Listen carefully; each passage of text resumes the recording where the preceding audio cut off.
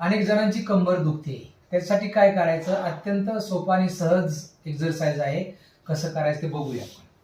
पाठीवरती झोपायचं आहे.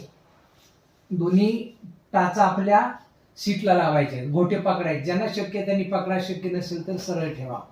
आणि काय करायचं? कंबर वरती उचलायचे फक्त. वर जाताना श्वास घ्यायचा, खाली येताना सोडायचा.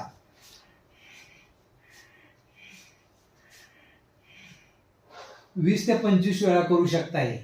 त्याच्यानंतर दुसरी एक्सरसाइज, सरळ दोन्ही पाय सरळ न्यायचे, चक्की चलाव.